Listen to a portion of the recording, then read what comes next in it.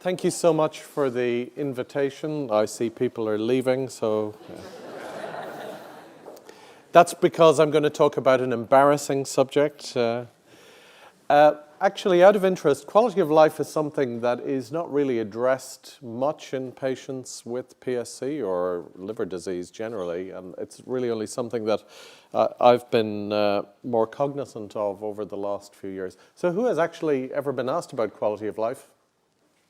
Once, twice? Who has ever been asked about sex in a one?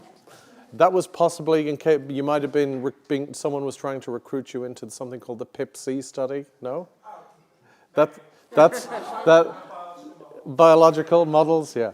Anyway, if you don't know how to get pregnant or how it works, I'm not going to show you anatomical detail. No videos of that. However, it is fair to say that Dr. Joshi, by his videos, has kind of set the scene. There's a lot of anticipation about it, a bit like ERCP. Tends to happen in the dark, like ERCP. And he actually did show some things where, there was an attempt to get into a difficult position, and then there was a bit of action, and hopefully there was an outcome at the end. Anyway, so I've been asked to talk about pregnancy and PSC and liver transplantation. It's been interesting, being involved in rare disease. Anyone in the room ever told you shouldn't have children with PSC? One. We're trying to avoid that increasingly unless there is a very, very specific reason for that. And often it's born out of ignorance as much as anything else. Now, let's see how to make this go forward. We'll use this. So I'm going to talk a little bit about pregnancy. Pregnancy isn't a disease, but there are some things that do happen in pregnancy, in normal pregnancy, that are very similar to some of the things that happen in people with chronic liver disease. So spider veins develop in pregnancy. Some people get a discoloration in the face, cloasma, stretch marks. So interestingly, there was one patient who had a transplant who came back about a year and a half after transplant. She hadn't had any periods for many, many years, and she thought she was just getting fat and developing stretch marks, but clearly other things were happening in relation to this. And of course, one of the other symptoms that is very common is actually itching in pregnancy. And any of you that have been pregnant with or without PSC, it is something that is often reported. And for liver doctors, actually, what we sometimes see also is that as the circulation expands in pregnancy, the palms of the hands become really bright red, and that doesn't mean that you're developing cirrhosis or anything like that. It just reflects that there's a bigger volume of blood circulating. And in fact, 60% of women, even in a normal pregnancy, will develop spider veins. It doesn't mean you've got liver disease or cirrhosis. Now, something that the literature has kind of said is that during pregnancy, even normal pregnancy, people can develop varicose veins, although I'm not quite as convinced about that as I used to be. And in fact, I think it's something that got into the literature, and it's an idea that I've had that actually we need to look at that. The other thing that people also have in normal pregnancy is that there's an increased rate of gallstones, and we'll talk a little bit about that because that may be relevant if you are someone with PSC who is thinking about becoming pregnant, because if you have narrowing in the ducts, you'll be at a slightly increased risk of forming stones. Now, John Potts has talked to you a little bit about the blood tests, I'm sure, and you'll be all familiar with the blood tests that are relevant in PSC or in cholestasis. We're interested in the alkaline phosphatase, bilirubin, and gamma-GT. And actually, in normal pregnancy, the alkaline phosphatase goes up. So if you're a patient with PSC and you become pregnant, the alkaline phosphatase will go up, and it's because it's made by the bone and it's made by the placenta. The other blood tests tend not to go up, and if they start going up in pregnancy, that's something to be concerned about. The reason that stones form is because the cholesterol, the bile becomes a bit thicker, and you're more likely to form some stones. So, can patients with PSC become pregnant? I didn't ask the question, are there any women with PSC that have become pregnant with their disease? One. So, somebody else. Congratulations. Fantastic. So this is perhaps of interest to you in particular.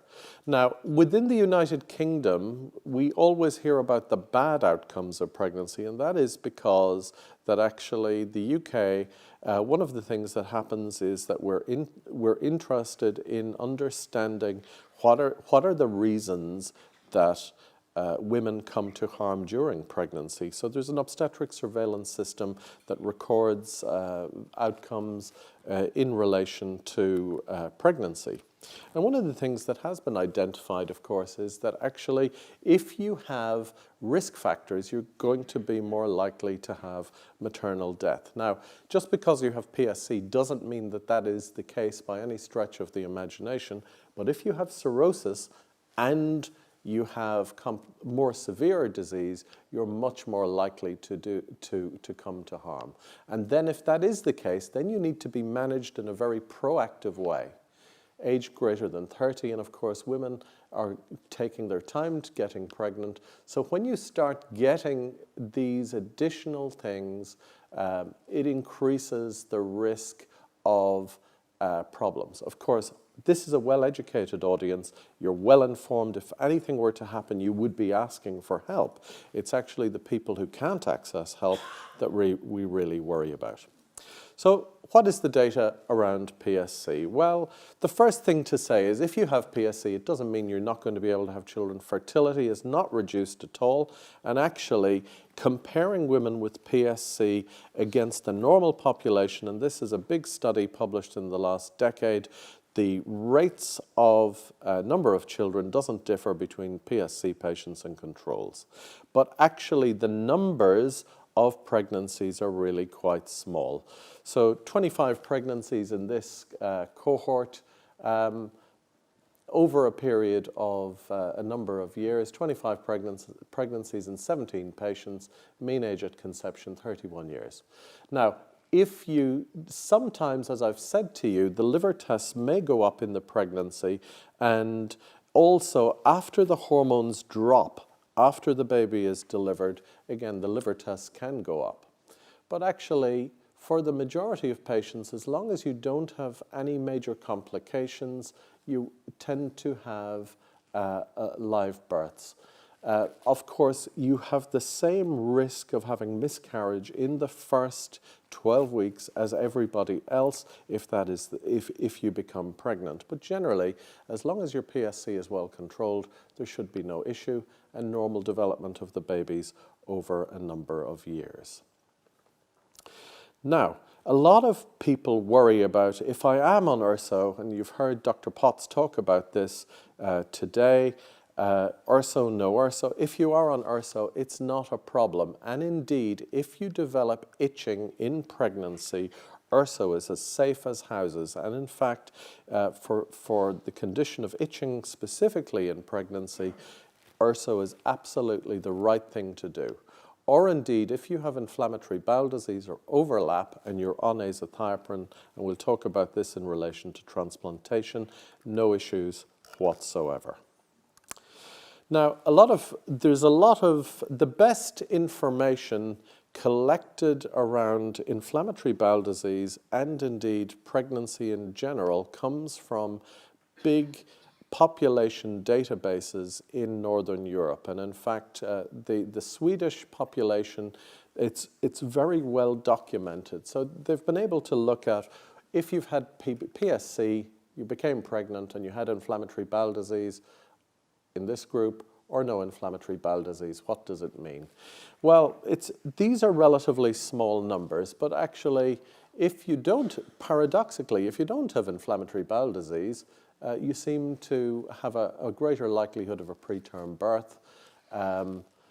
Congenital malformations, again, very slightly raised, but overall, the outcomes of these are very good. Of course, if you have inflammatory bowel disease, you're more likely to have a cesarean section over time. What about in the UK? What do we know?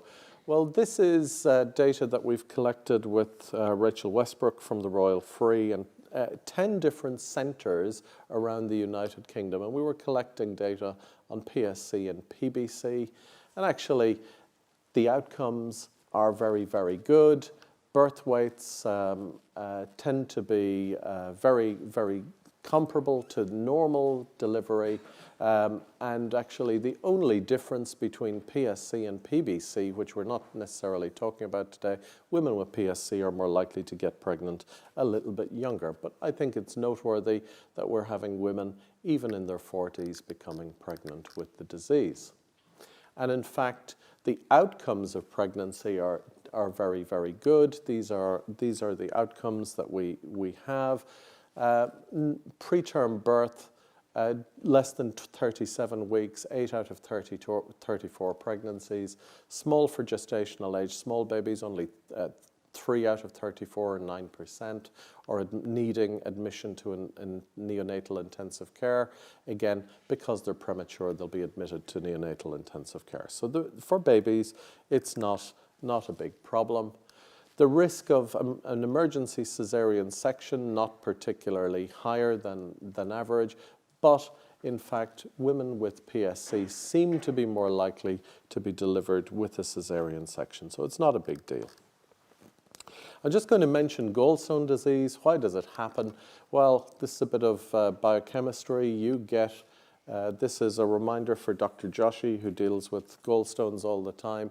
It's a mix between cholesterol, liquid, bile salts, and lecithin.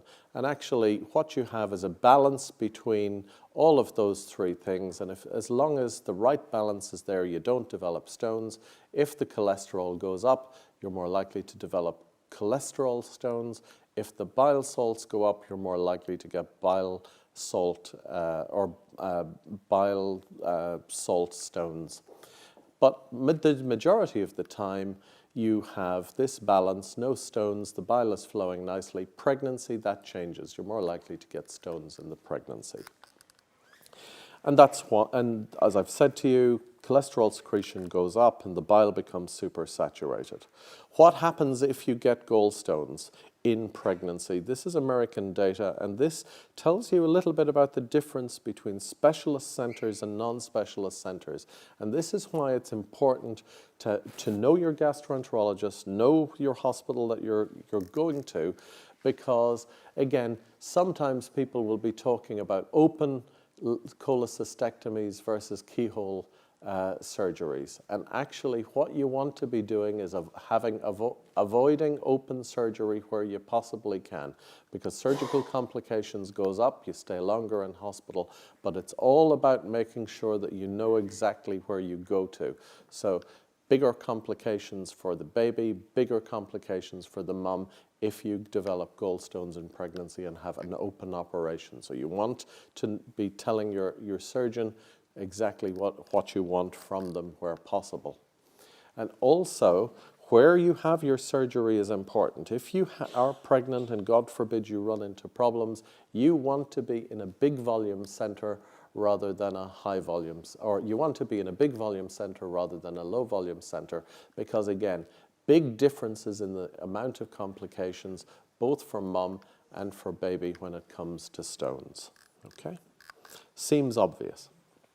Now, abnormal physiology in cirrhosis. If you're unfortunate enough to develop scarring as a consequence of liver disease, what happens is the hormones and the way they interact go down.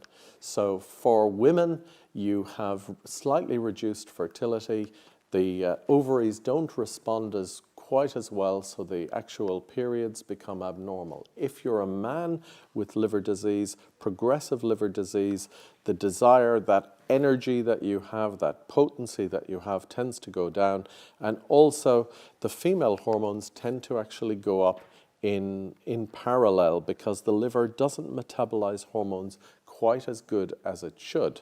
And of course, if you have severe liver disease and you drink, it just makes the problem worse.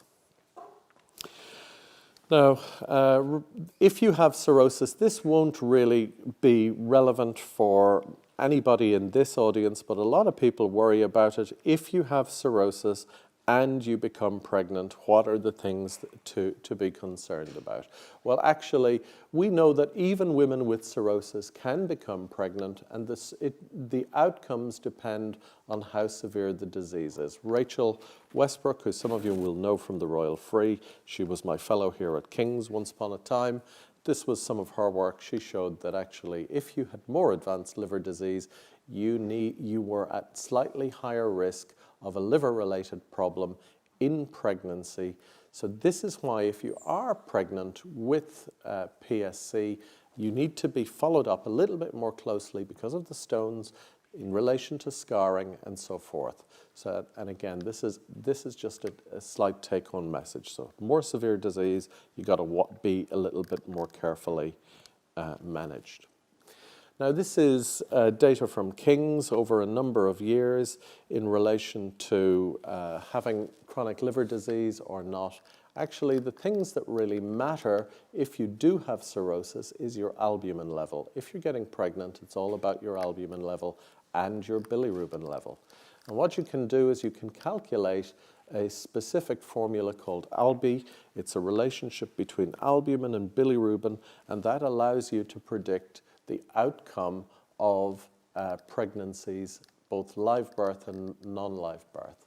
And this is very much to be seen that the ALBI grade, the more severe the liver disease, the less likely you are to actually get to term. So the more, if you have a good ALBI score, you're more likely to get to term beyond 38 weeks if that score is changing or low.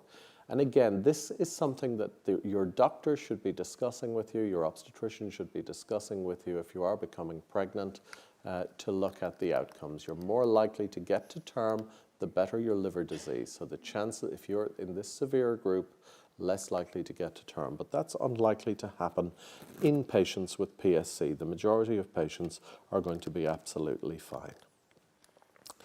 Now I'm going to switch gears and talk a little bit about transplantation. We're over 50 years since the first successful transplants, and in fact, in terms of pregnancy after transplantation, we know that the kidney transplant recipients, we have 50th anniversaries of successful pregnancy, even as far back as 2008.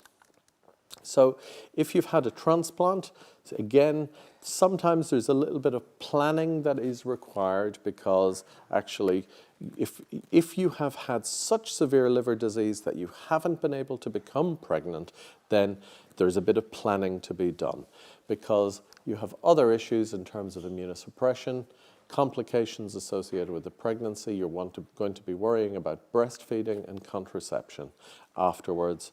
And indeed, this is something that is relevant, and we can perhaps talk about it in the discussion. Now, if you've had a transplant or doctors, this is from the US, are we any good at counseling people? The answer is not very good. Only 7% of patients get counseling, and usually we're doing it after the horse is bolted, they've already been pregnant already, and then we think maybe we should be doing something about it. So it's not something we're very good at. And if you've had a transplant, one of the concerns is if you're on mycophenolate-based immunosuppression, this is something that is a concern because this is associated with anomalies, particularly for the baby.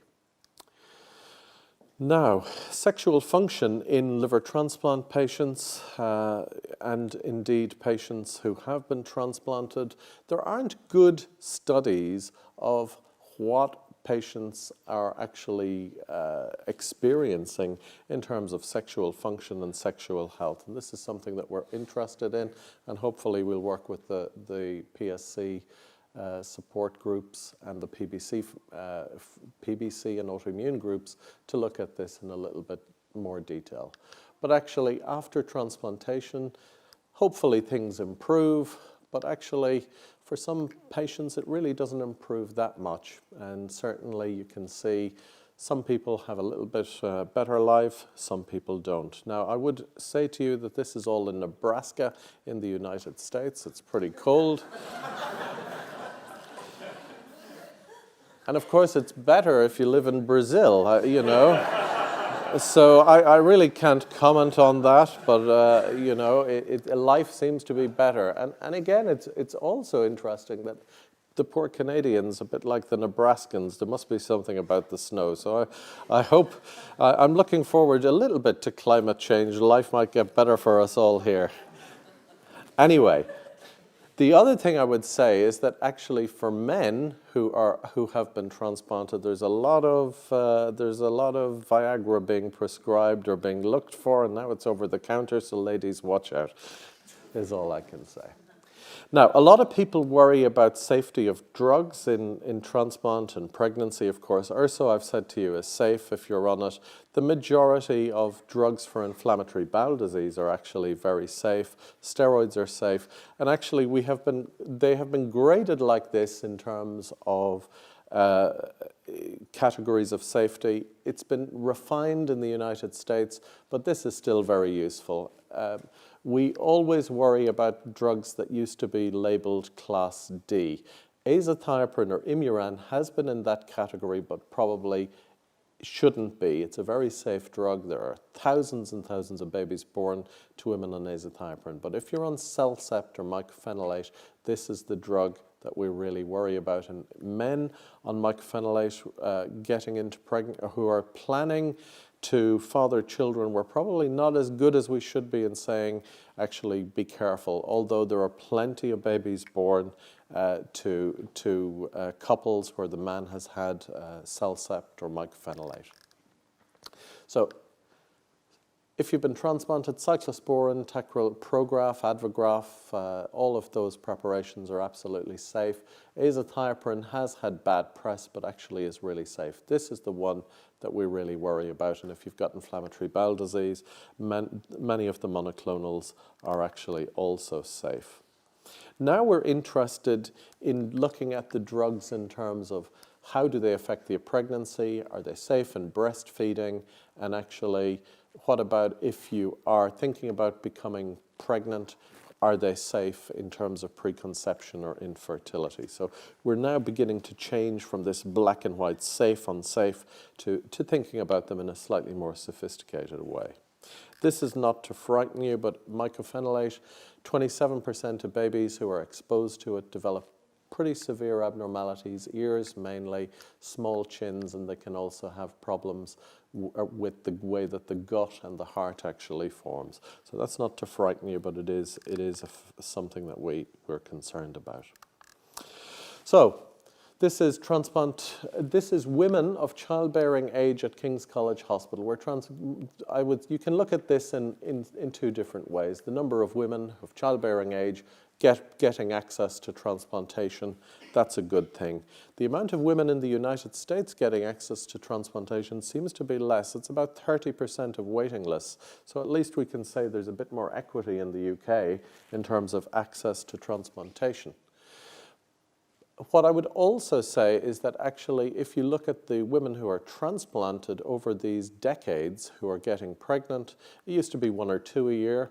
Now it's 5, 6, 7, 8, 10 women per year getting transplanted. So it's becoming commonplace. So transplantation shouldn't stop you thinking about becoming pregnant. The indications for transplant, these are some of our indications, of course. PSC and PBC feature, autoimmune hepatitis features probably most commonly. So no reason why after transplantation people can't become pregnant.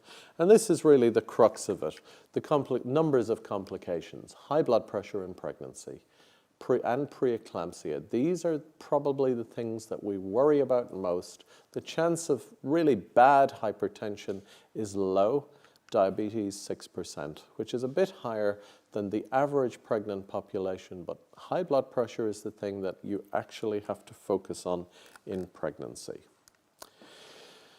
If you become pregnant within a year of transplantation, you're more likely to have complications. And in fact, there was somebody who became pregnant at King's, and we calculated the dates that she managed to have sex while she was still in the hospital, which is quite a feat.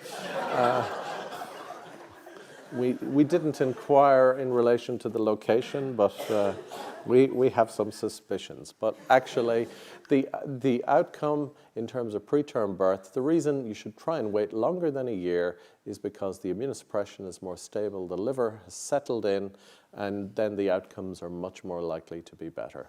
64% against 32% or thereabouts. Steroids. Well, steroids do increase the rate of infection ever so slightly, 14% against 4%. And again, the good thing is most patients with PSC who are transplanted don't need to be on steroids long term. If you were transplanted for autoimmune hepatitis or PBC, you're more likely to be on steroids long term. If you're on steroids post-transplant and you've had PSC, it's probably because you've had rejection, or you've probably had some other complications with the graft, or have inflammatory bowel disease that's a bit active. So that it's something to be aware of, but it's slightly higher, but not horrendous. It's manageable. But actually, if you've had a transplant, the key thing is actually good kidney function. And again, any of you that have had transplants, the thing that we're trying to focus on all the time, whether you're male or female, pregnant, non-pregnant, is watching the kidneys, because actually what we do know is that as kidney function declines, you're more likely to have an early pregnancy, and the chance of getting to a term or getting to beyond 37 weeks, if your kidney function is not so good, is actually quite substantial. So we're always focusing on kidney function. Of course, are we getting better? Well, this is what happens in transplant patients over the decades. We are getting better. The likelihood of a woman having a successful pregnancy has gone from 62% before 1997 to over 80%, and it's getting better all the time. And that happens because actually in the free, you're more likely to see Rachel Westbrook with an obstetrician. Here, you're more likely to see me with an obstetrician. And in other parts, Birmingham, the same story. We're getting better at understanding that you need multidisciplinary care as much as you possibly can. Just general tips about pregnancy. High blood pressure in pregnancy is the thing that this building is obsessed about. The reason this building is existing is because the guy who has worked here for the last 30 years has done research in blood pressure in pregnancy all his life, and he has essentially dedicated his life to blood pressure in pregnancy. So if you've had high blood pressure in a previous pregnancy, kidney problems, and autoimmune disease, you've got PSC, if you're going to get pregnant, you've got a slightly higher risk of high blood pressure during pregnancy or pre-existing hypertension. And these are some of the other things. But actually, if you do become pregnant, one of the things that's really important, and this is a major study from this building itself, a multicenter international study, aspirin in pregnancy reduces the likelihood of having high blood pressure, and there is a huge difference in terms of the outcomes. So it's really important we will be talking more and more about aspirin in pregnancy, and it shortens. It means also that the chances of your baby ending up in critical care lower, the length of time in critical care goes down, and of course greater than 2 days stay in ITU neonatal intensive care if aspirin has been given in pregnancy. It protects. Aspirin is very good for you. Good for the heart, good for pregnancy. going to talk a little bit about breastfeeding and contraception. I know that I'm rabbiting now on for nearly half an hour. So just to say, tacrolimus in pregnancy and after delivery, it's absolutely safe. The amount that gets into breast milk is very small. Years ago, we would have said half and half. Now we're much more laissez-faire about it. We're much happier to allow women to breastfeed. Mycophenolate apps we would not recommend in pregnancy anyway. Steroids, a small amount of steroid gets into the breast milk. Azathioprine is safe, cyclosporin is safe, tacrolimus is safe. And actually this is data from the US where you can see that in transplant recipients, actually we're getting more comfortable, so the amount of breastfeeding is going up year on year. Contraception post-transplant, probably something to talk about in relation to PSC in itself. Intrauterine devices like the coil, they're pretty safe. They have minimal interactions. Even when there is a small amount of hormone present, really it is fantastically safe contraception, works really well. Combined oral contraceptive pill, if you have severe liver disease, it is something that we try and avoid. If we tend to recommend progesterone-only pills or mini pills where we can, but if there is a need for a combined pill, then it's a value-based decision. Depots, absolutely safe, reversible, and you can see that in terms of drug interactions, it's pretty good. Barrier methods, well, they work some of the time when you remember to use them, and then another time, I guess, they fail. So the rule of thumb is where you can, intrauterine devices, certainly after transplantation, there's no reason why you can't have them with PSC or indeed with any liver disease. The risk of infection is very, very small and their effectiveness is very good. Mini pills and then combined pills after that. Again, there's some recommendations in terms of if you've had a transplant. Actually, now we talk about whether or not the graft is working well. And actually, if the liver is working well after transplant, you can do anything you like. And then there are some slight changes if you have more severe liver disease. A liver that's not working after transplant, combined pill, not a great idea. And then the copper and the hormonal devices, intrauterine devices, not particularly recommended. So I often finish with this. This is a patient post-transplant, Alicia, who has had 2 babies, one I think 10 years apart, one before transplant, one after transplant, and it's absolutely an appropriate and life-changing thing. So I'll conclude just to say PSC and transplantation, acceptable. Pregnancy, something you all should be thinking about. If you have children, you're often worried about will they be able to have kids with their disease? Absolutely. Slightly higher risk. If they are on immunosuppression and they've been transplanted, stability is what you want after transplant.